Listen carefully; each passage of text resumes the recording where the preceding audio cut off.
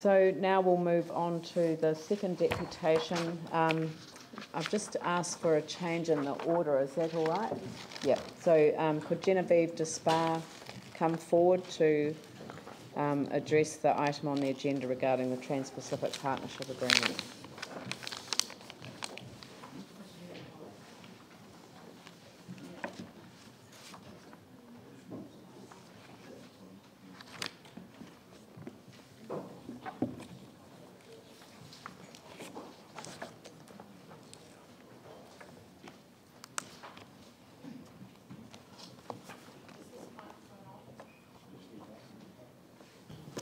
Thanks.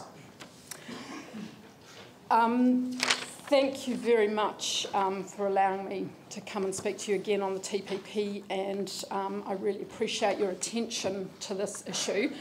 I'm really glad that you did change around the order, because I think this relates very directly to what Professor Salmon has just been talking about as well, and I'll come back to that a bit later.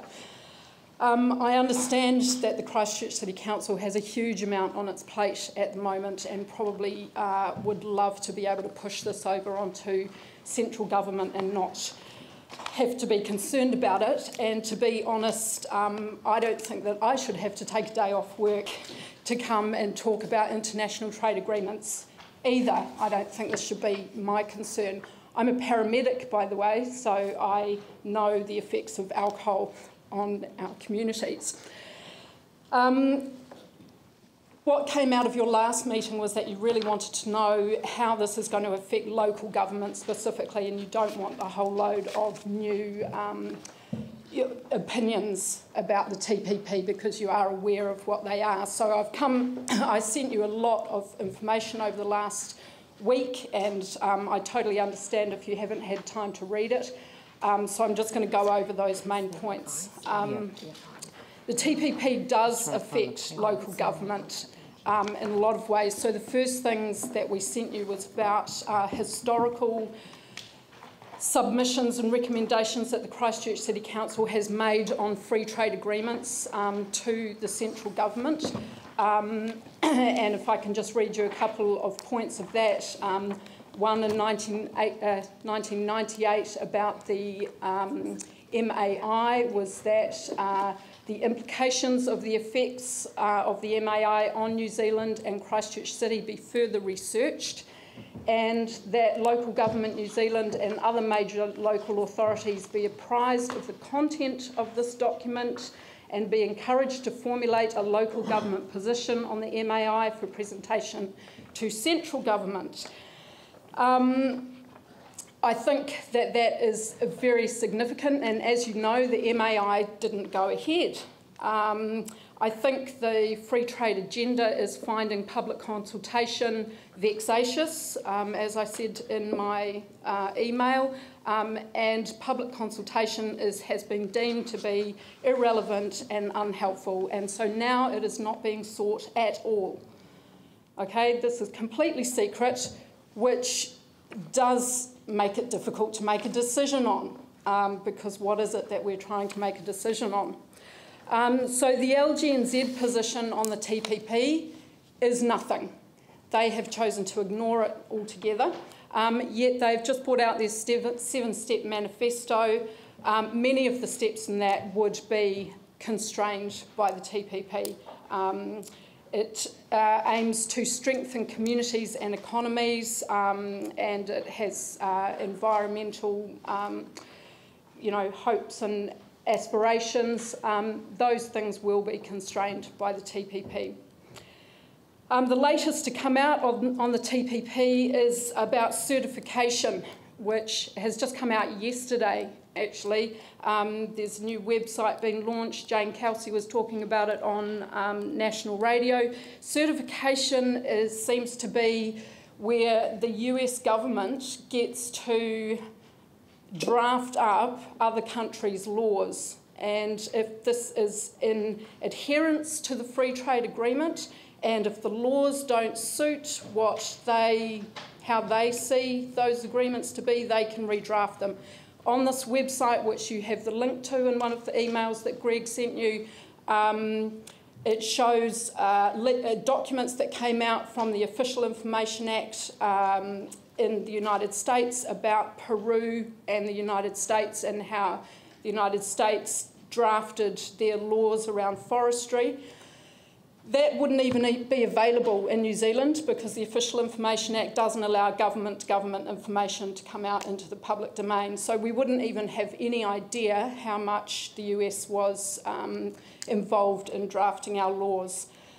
The thing to be really interested in that about as well is that the main reason we want to go into the TPP is for Fonterra to get more market share in the US. Well, the US dairy farmers are terrified of Fonterra. They think that they are a multinational conglomerate with a monopoly, and so they want laws around Fonterra to be changed and this monopoly to be disbanded. So the hoped for outcomes of the TPP are unlikely to come out anyway. I was taught by my parents as I came into adulthood to never sign something that I hadn't read, and this is exactly what we're being asked to do. So we need to have transparency about this because the secrecy is having the calculated effect of don't know, don't care among the public and also among council and local government. You know, how do we make a decision about something that we have no idea about? Well, we can look at the past and see what free trade agreements have done in the past, and we know that these are going to have effects on your procurement policies, so local procurement that is designed to aid communities and produce jobs will be regarded as a barrier to trade. Extended copyright is going to have effect on libraries and universities and the actual cost to council of accessing internet. Selling of public assets is there's going to be pressure on commercialising public assets, which even Roger Douglas now has admitted was an ideologically motivated and not in New Zealand's best interests. And alcohol. I mean, you saw Nigel Latter's documentary. They said at the end of that that the push for this alcohol has been by the multinational conglomerates that control the alcohol industry. And despite the fact that most New Zealanders didn't want these changes made in 1989, it went with the minority decision because there was so much multinational lobby influence on that. So then, yes, the costs come down to us, to ED departments, to ambulance, you know, of those effects. And Geoffrey Palmer said that corporations are being given more power than people.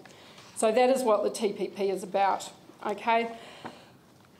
Now, we have chosen this strategy of asking local governments to act for us because we're not being listened to as people and because this is how New Zealand became nuclear free. It wasn't just that the Labour government suddenly decided it'd be a great idea to become nuclear free. No, there was huge political pressure on the government and of the governments of the day, and by 1988 72% of the population lived in 105 nuclear free districts because the boroughs and councils had declared themselves nuclear free.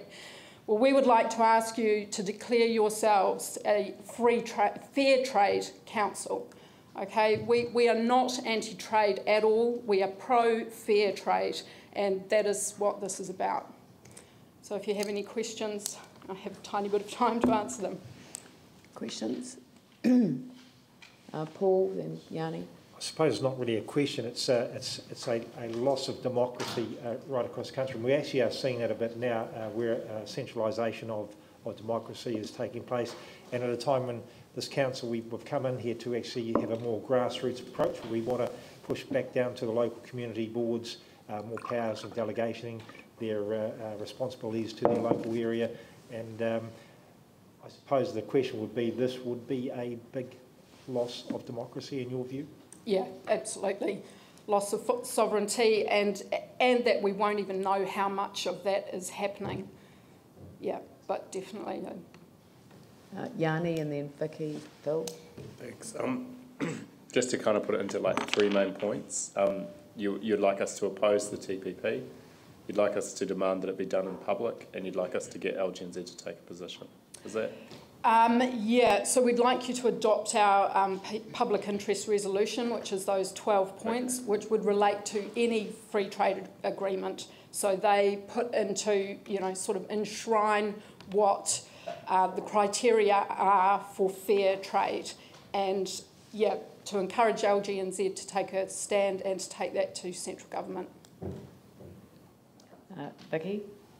One of the chief concerns I've heard voiced about the TPP is the potential threat to Pharmac and the way in which we do non-labelled drugs and therefore much cheaper drugs in New Zealand for medical purposes.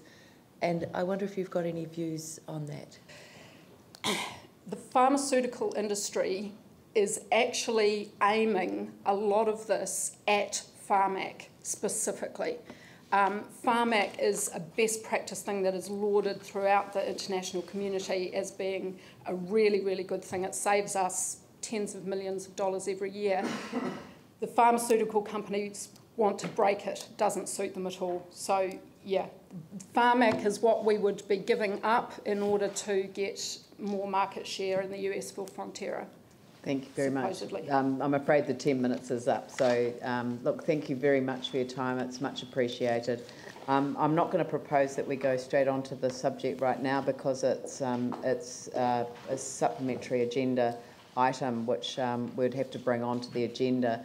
And we have the next deputation, which then leads onto the agenda as we have. So I propose that we receive the next deputation.